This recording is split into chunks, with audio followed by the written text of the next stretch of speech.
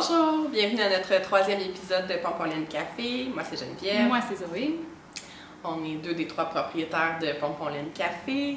Comme on l'avait expliqué dans notre premier épisode, si vous voulez aller voir, si vous joignez à nous pour la première fois.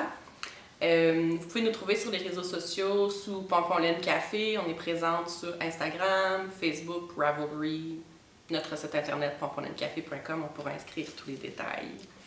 On voulait commencer aujourd'hui par vous parler de notre cale qui est en cours, qu'on avait lancé la dernière fois.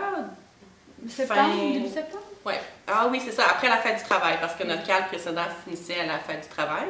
Et donc, on a parti le cale pompon jacquard. Donc, l'idée, c'était de tricoter du colorwork. On va vous présenter un petit peu aujourd'hui ce que nous, on a fait. Je vais commencer rapidement avec un projet de mitaine. Qui sont les Speedy Selbu de Skein Deer Knits, donc de Ellie de Skein Deer, que j'ai fait comme vous reconnaissez peut-être avec la Let Lopi dans les couleurs Ash et Rust Heather. La plus belle au monde. Ouais, en tout cas une des plus belles au monde. Ouais, quand même. Puis le fit est vraiment bon, je trouve.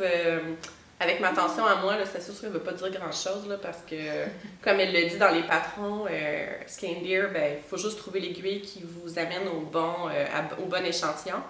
Mais moi, de mémoire, je l'avais faite sur des... 3.5? Sur des petites aiguilles. 3.5, 4.5 ou 4, 4.5, quelque chose comme ça.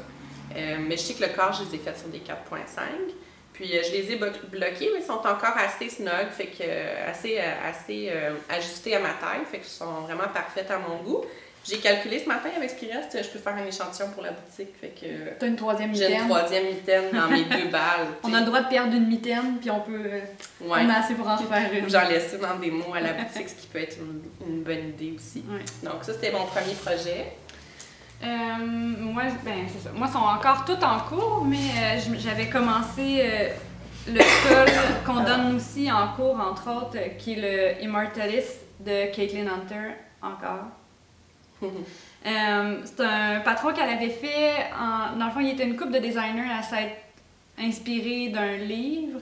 Puis dans le fond, l'image du livre, c'est ça, c'est des fleurs, des feuilles. Fait qu'elle s'était inspirée de la page couverture pour faire le motif du col, puis il est vraiment très beau. Là, moi, c'est sûr que j'étais avec un fil qui est 50% coton, 50% mérino. C'est peut-être pas le fil idéal pour le jacquard, mais comme le col, tu sais, là, je viens de passer la moitié, là, il va être vraiment très long.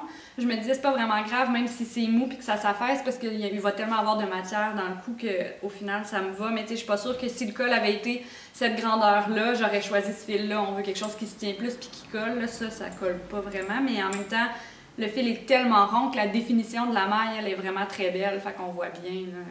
T'avais-tu enlevé des répétitions en largeur? Ben moi, j'avais enlevé une répétition parce que je le sais qu'avec ma tension, je tricote très lousse, je le sais que ça avait comme pas vraiment de bon sens. Puis j'avais pas envie d'un col qui est très large, puis finalement qui est mou, puis que j'ai pas le cou au chaud du tout. Là.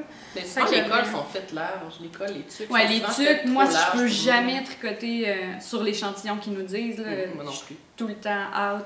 Fait que le col, c'est un peu la même chose.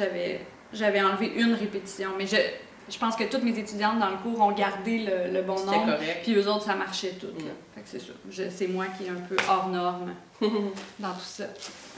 OK. Puis, je vais enlever mon châle pour vous montrer mon prochain projet en cours. Celui-là, pas projet en cours, projet terminé que j'ai fait à l'intérieur du cale aussi. Puis, shout-out, petit coucou, en tout cas, ou merci à Camille Descoteaux, parce que quand j'ai commencé à écouter leur podcast, entre autres, elle a présenté son Elchina à un moment donné, puis j'avais écrit un commentaire à l'effet que ça me donne vraiment le goût finalement de le faire. Ça me trottait en tête depuis un bout de temps, puis j'arrivais pas à me brancher sur des couleurs. C'est un design qui... les couleurs qu'elle avait choisies, Caitlin Hunter, on dirait que c'est difficile de s'imaginer ce que ça donnerait dans une autre palette de couleurs. Fait que je vous présente le projet fini. Je l'ai pas mal fini hier, c'est assez récent. Ouais. Je vais le déboutonner, il est comme à moitié boutonné. Je l'ai plus ou moins bloqué. J'ai comme fait prendre une douche avec moi finalement hier.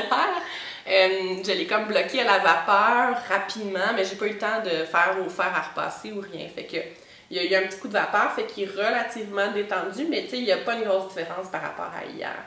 Je vais l'enfiler pour vous le montrer. Ouais, c'est tellement beau.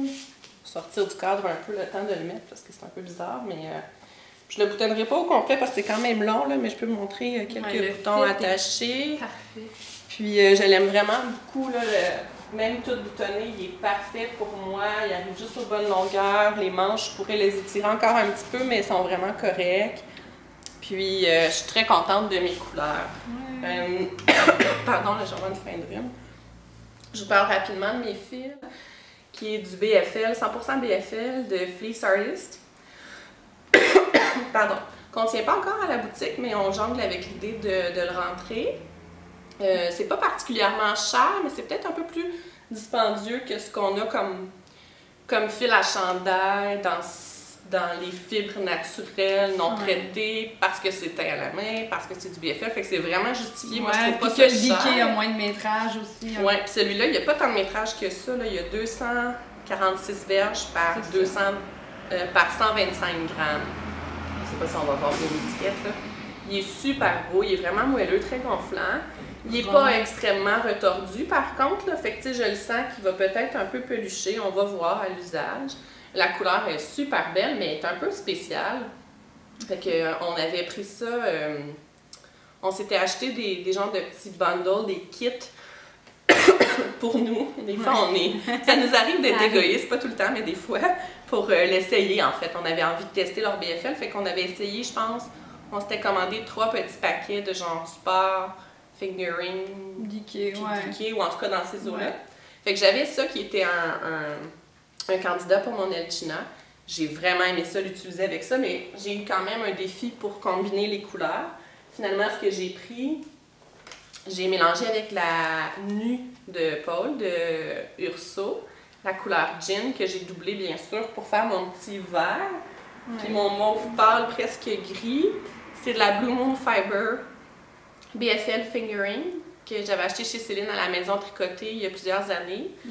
J'ai plusieurs échevaux encore, puis je l'utilise jamais. J'ai parti plein de projets, puis j'ai des faits tout le temps. Fait que je me suis dit, même si j'ai 3 échevaux, je vais l'utiliser là-dedans. Là. Faut bien que je l'utilise un jour. Je l'ai doublé, mais il me reste assez pour probablement me faire un autre chandail avec. Pardon. Puis c'est ça, il est vraiment comme lilas avec des teintes de gris. Il s'appelait Mermaid Tears. Ça, c'est la couleur gin. Puis ma couleur contrastante, là aussi, j'ai été un peu hors norme. J'ai pris moi aussi de la duo, comme dans le... C'est la même couleur que dans le col à Zoé, d'ailleurs. La couleur, je peux vous dire, c'est le 6862. Un genre de bleu-vert un peu turquoise. Ouais, atténué à cause du coton. Est-ce que les couleurs sont assez atténuées? Atténuées. C'est le mot à Zoé. J'avais un peu peur, là, j'ai joué avec le feu en faisant ça parce que c'est sûr que c'est un chandail qui est stické, qui est coupé à la fin, puis qui est renforcé, cousu, bon, etc. Là, je me disais, coton mérino, qui est quand même traité pour être lavable. Ça va glisser. Ça va glisser. Ça a glissé quand je l'ai coupé. Il a fallu que je fasse un petit peu attention dans les zones où je voyais les floats, là, les fils qui courent derrière de la duo. Donc souvent, soit je les ai refaufilés, soit quand je suis venue renforcer à l'intérieur. Je ne vous ai pas montré l'intérieur, je vais le faire. Là. Dans le fond, j'ai posé un ruban que j'ai cousu de façon assez... désinvolte. Désinvolte. J'ai pas fait quelque chose de super précis. Mais je suis très contente de ce que j'ai trouvé pour les couleurs. Puis à l'intérieur de ma bande de boutonnière, j'ai mis des petits boutons pour renforcer les gros aussi, pour que quand je boutonne puis déboutonne, ça tire pas la matière pour rien. Voilà. Est-ce que tu voulais parler un peu justement de ton autre mitaine puis de, ah oui, c'est vrai, non? De nos projets? Ouais. Mais je vais commencer avec mon chandail. Oui, vas-y. Dans le fond, dans le cadre du CAL, toujours, ça faisait vraiment longtemps que je voulais faire le chandail. C'est Oriana, il est dans le magazine Pom Pom. Eux, il est en gris, il est fait en Manos de l'Uruguay, la Mérino qui est comme worsted, là, je pourrais pas dire Gloria ou Maxima. Ah non, il est en Classica. Classica, ouais. OK. Puis il est vraiment funky, puis j'avais vraiment envie d'aller rechercher le même effet, mais bon, j'ai eu un peu de difficulté avec mes couleurs, là, c'est ça, j'ai changé beaucoup la rangée du milieu. Je trouvais vite que je tombais dans le classique ou un peu plus... En tout cas, bref, j'ai fini par y aller avec l'espèce de jaune fluo auquel j'ai mis du mohair parce que c'est tout le temps comme winner d'aller mettre du poilu quelque part. Puis, dans le fond, c'est ça, le corps est tout en torsade, ce qui est vraiment le fun. C'était la première fois que je faisais un chandail où les deux étaient ensemble, puis habituellement, je finis le corps en comme une journée, une soirée, le yoke, l'empiècement ouais, du avec les couleurs, parce que là, c'est donc bien comme le fun, puis il se passe tout le temps quelque chose. Finalement, je tombe au corps, puis là, je le laisse dans mon sac, puis ça me tente plus jamais de le reprendre parce qu'il se passe plus rien. Puis là, avec les torsades, ben ça fait tout le contraire. Là, il continue tout le temps d'avoir quelque chose, puis c'est comme plus facile d'être encouragé puis de continuer. En fait, j'ai eu autant de plaisir à continuer le corps qu'à faire l'empiècement du haut. Fait que c'était vraiment encourageant. Puis c'était une laine que je m'étais ramenée de mon voyage en Irlande du printemps, que finalement on va tenir éventuellement parce qu'on a un représentant qui le tient. Mais en tout cas, moi, j'étais allée le chercher en Irlande. Mais non, c'est ça. Fait que j'étais super contente de l'utiliser. Puis après ça, ben, j'ai soit doublé, soit triplé des fils que j'avais pour aller rechercher des couleurs dont j'avais envie. Puis c'est ça, mais c'est beau à la lumière naturelle, là. Ouais, je dois dire que je vois vraiment plus comment dans tes petits picots de ton tweed, oui, je suis allée rechercher on les retrouve couleurs. toutes les couleurs du haut. C'était comme ça que j'avais choisi en fait mes couleurs de mon empiècement. Là, j'étais allée voir, mais j'étais allée comme jumeler les petites couleurs de tweed qu'il y avait dans mon fil, qui est comme une espèce de vert, brun, gris, un peu spécial. Je l'aimais beaucoup. Ok, donc pour le prochain segment, notre pareil, pas pareil. Là, j'ai Geneviève qui est en check-up parce qu'on a des petits problèmes techniques, fait que je passe ça tout de suite. C'est le Camaro de Tanis Lavallée. Dans le fond, l'année dernière, quand on est allé à Rhinebeck en octobre, c'est pas mal le projet qu'on a le plus vu de tout le festival. Tout le monde l'a porté, puis là, ça m'a quand même vraiment redonné le goût de le faire. J'avais déjà eu beaucoup envie de le faire parce que Geneviève s'en était fait un que je trouvais vraiment très beau, puis ben... Dans le fond, là-bas, ça a juste fait... Je l'ai juste tellement vu de toutes les façons, de toutes les déclinaisons, que là, je me suis dit, ah oui, il y a tellement de possibilités que ça m'a vraiment donné envie de le faire. Fait que dans le fond... On fait ça un petit oui, 1, 2, 3, go? 1, 2, 3, go. Donc, c'est notre pareil, pas pareil. Après ça, ben moi, j'ai vraiment utilisé plein de fils que j'avais. Il y a de la Riverside, de la Julie Asselin, Malabrigo, encore de la Julie, encore de la Julie.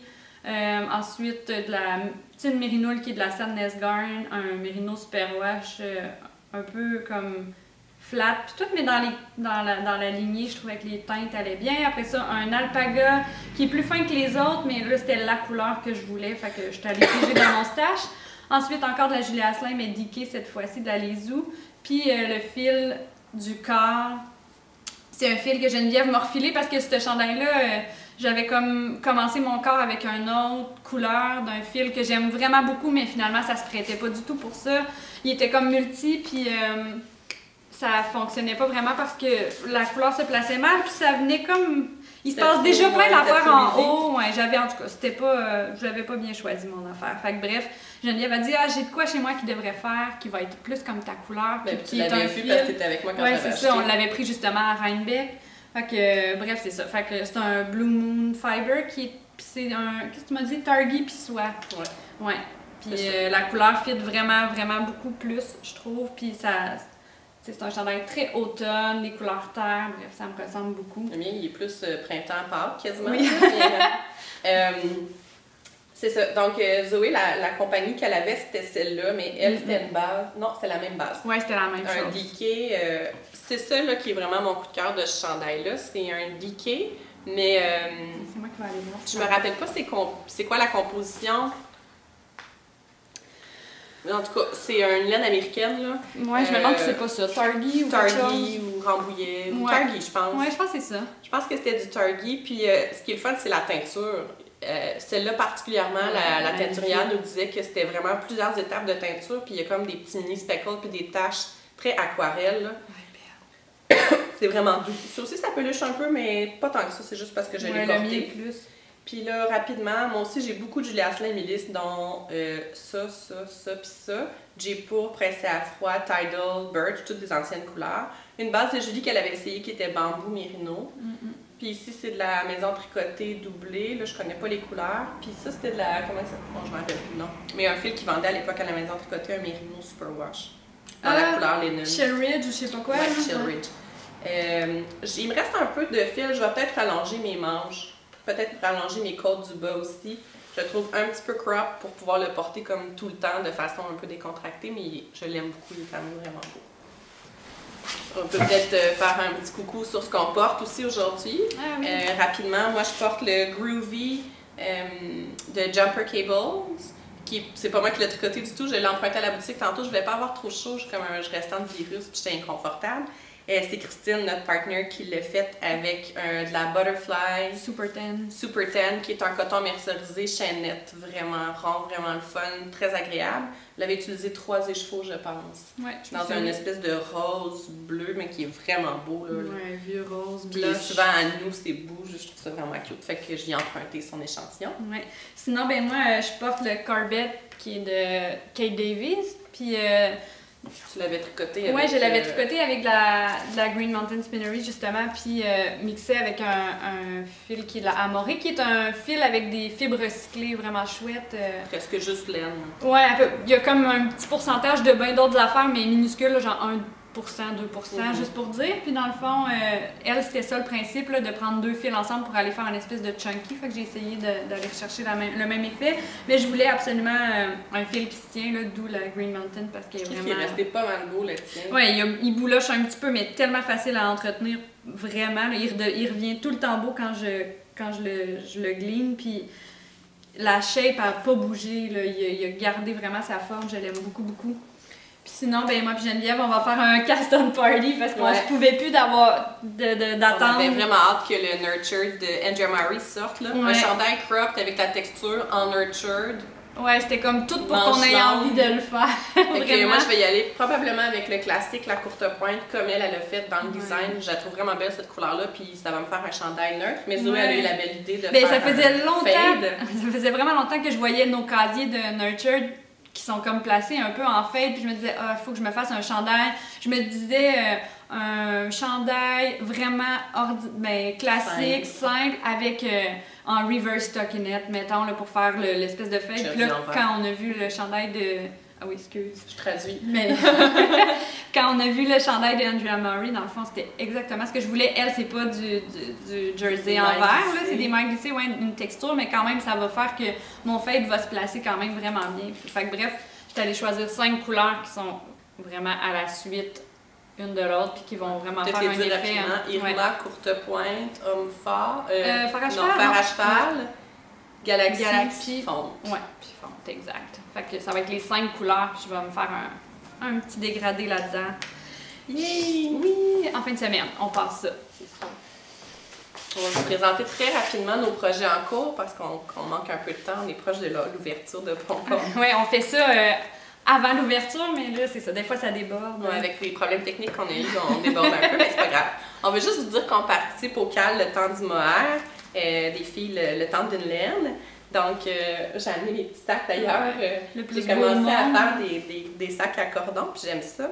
Oui. Celui-ci, je fais le No Frills de Petite Knit avec la Anatolia couleur rose gold que je mélange avec de la Holst Garn Super Soft. Je me rappelle pas le nom de la couleur, là, mais c'est un genre Peach ou je sais pas quoi. Non, c'était pas ça. Non, c'était pas ça, mais en tout cas, c'est clairement un genre de pêche assez flash. Je suis vraiment contente de ce que ça donne, ça va être beau. Puis mon autre, ben, c'est le même que Zoé, fait que tu peux montrer le tien. Ouais, dans le fond, j'ai copié Geneviève. C'était parti le balloon cardigan de Petite Knit encore. Ouais. Puis dans le fond, je voyais le sien, puis je l'avais déjà vu, mais je ne sais pas pourquoi je l'avais pas accroché. Puis finalement, quand je l'ai vu monter... la construction aussi, hein? Ouais, la construction, puis dans le fond, c'est donc bien le fun d'avoir une espèce de cardigan plein que tu peux mettre avec tout. Ouais. Puis là, avec le mohair, c'est sûr que c'est winner, puis qu'on a le goût d'être dedans, fait que ça m'a vraiment comme craqué. Puis là, je suis allée avec de la Julia Saint, dans le fond, c'est de la Anatolia Renard. Qui est une de ces nouvelles couleurs d'automne. Ouais, ma petite balle est perdue, mais elles sont tellement belles, les petites balles. Dans le fond, c'est ça ici, qui est comme mohair et soie. Ouais. Puis après ça, j'ai pris la Renard aussi dans la même couleur, mais dans une autre base, qui est sa nouvelle base, qui est la Lezu Fingering simple. Simple. J'allais dire single, mais simple. Puis dans le fond, même chose, Mérino soie dans la couleur Renard. Fait que j'ai juste matché les deux, puis... Moi, je suis vraiment dans du fluo, là. Ouais. C'est de la Piccolo de Julia Asselin. C'est vraiment un restant, là, très fluo. C'était sa couleur éveil, je pense. Puis je le calme, calme pas tant que ça, mais calme un peu avec un mohair jaune. Puis ça donne ça ici, là, il est vraiment sur mes aiguilles, fait qu'on voit peut-être pas super bien. J'ai séparé mes manches, puis ça va me faire vraiment un peu comme le sien, mais peut-être plus lime un peu. Donc un cardigan assez fluo, assez fluffy. La Piccolo est assez dense, fait que ça va donner un peu plus épais, mais j'aime beaucoup ça.